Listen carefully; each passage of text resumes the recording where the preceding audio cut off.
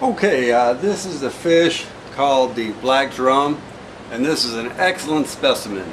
It's a bull black drum. It was caught in the Calcasieu jetties yesterday on crab, fishing on the bottom. And so today, Miss Annie Michael is going to show you how to clean it, how to fillet it relatively quickly and painlessly. But before we do, let's mention that everything God created was good. That's what he said in Genesis. And he gave these fish to us for food. And he said to man to rule over the fish of the seas and the birds of the air and so on. So when we catch a black drum, we take it home. If it's within our limit, we fillet it and we enjoy it. The meat is not white and flaky and tender like the little black drum, but it's a little more firm and has the consistency of chicken, but well trimmed and well prepared. It is excellent table fare. Alright, so the two knives that we use for filleting black drum, one of them is a Buck 119 special, and it's 6 inches long and stout, so we make sure that it's sharp. And the second knife we use is a Dexter Russell 6-inch fillet knife, also sharpened carefully. So since I'm right-handed, I tend to start filleting with the right side of the fish. And so let's go ahead and spin them around. I'll demonstrate how the cuts go. The first cut is separating the fillet from the rib cage.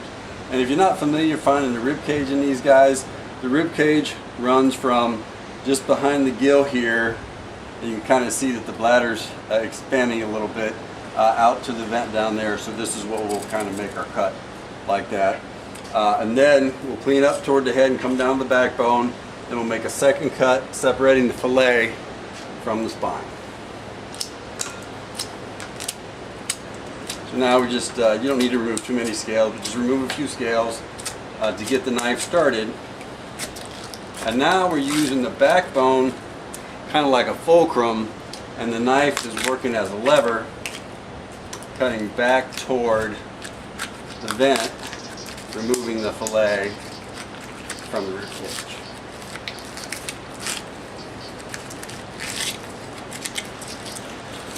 Alright, it might be easier if we go ahead and try and let some of that air out of the bladder there. A little cleanup operation, trying to ensure we have a more continuous clean cut, separating the fillet from the rib cage there. And now we're coming forward to the backbone just behind the head. Alright, clean that up a little bit. Now we can start working the knife along the backbone, separating the fillet from the backbone. And the eyes are kind of a convenient place to get a good grip with your left hand, because, you know, big fish, it takes a little force with the right hand to separate the fillet.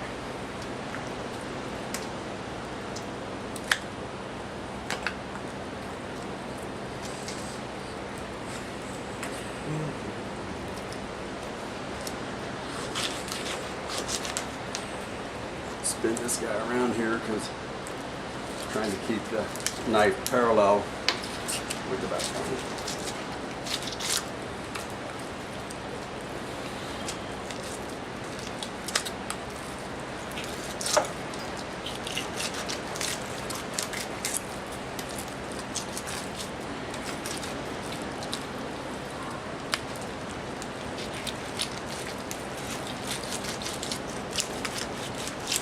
Alright, so now that we have the first fillet separated from the carcass, we'll get the carcass out of the way and demonstrate how to separate the fillet from the skin. And you'll notice here, all black drum have them. Sometimes they're called spaghetti worms, but there is a little parasite that some black drum get, and it's not a problem. But what we're going to do is, as we're separating the fillet from the skin, we're just going to leave that part out.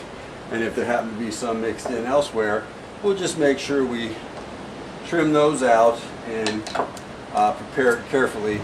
If fish is properly cooked, those parasites aren't dangerous to humans at all. So we just grasp now the skin with the pliers in the left hand, and we're working the fillet knife along between the skin and the fillet back toward the tail, and then no need to go all the way back. Just go ahead and trim that undesirable part out now. But now we have a very nice huge fillet that's high quality meat. We'll enjoy this in, say, Chinese orange drum is one dish that we like. This fish is very firm, so it'll hold up to shish kebabs that you can put on the grill. You can make drum parmesan with it. It really is an excellent meat.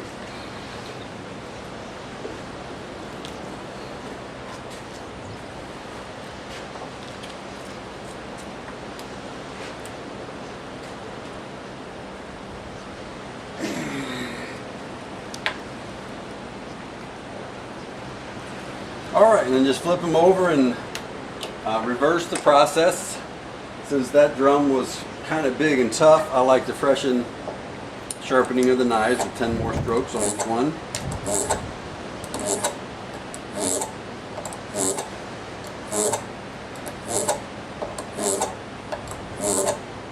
So that's 10 strokes on the buck knife. Give the Dexter Russell 10 more.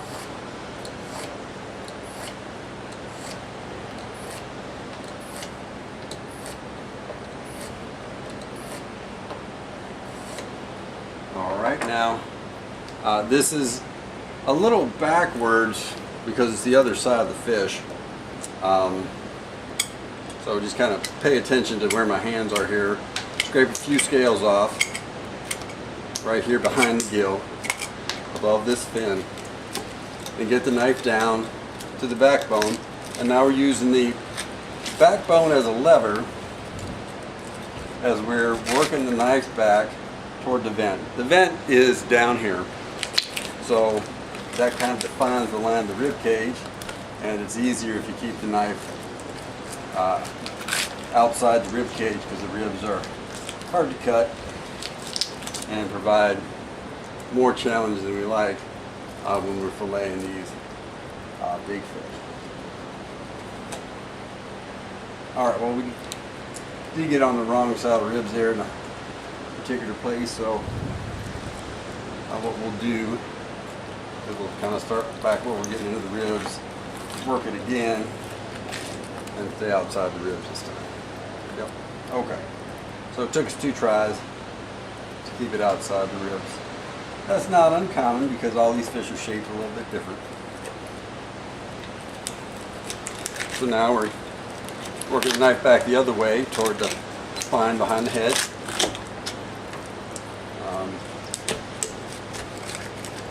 All right.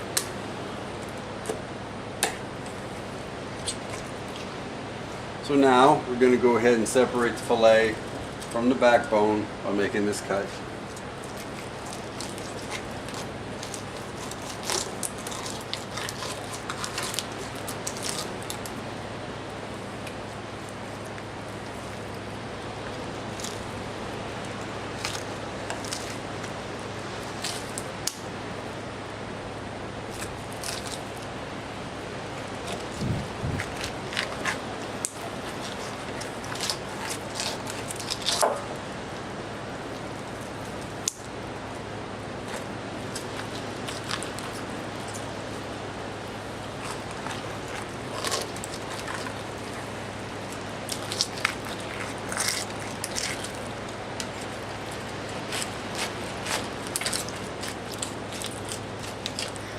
Alright, so now we've got the fillet separated from the carcass. We'll go ahead and get the carcass out of the way.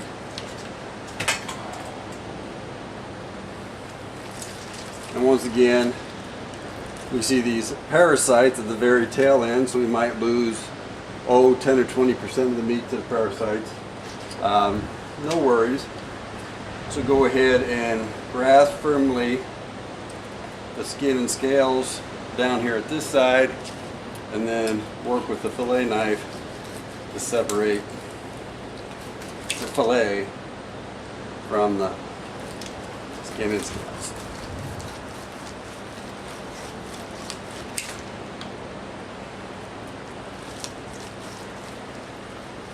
Let's go ahead and stop it there because that's where the part we don't want is.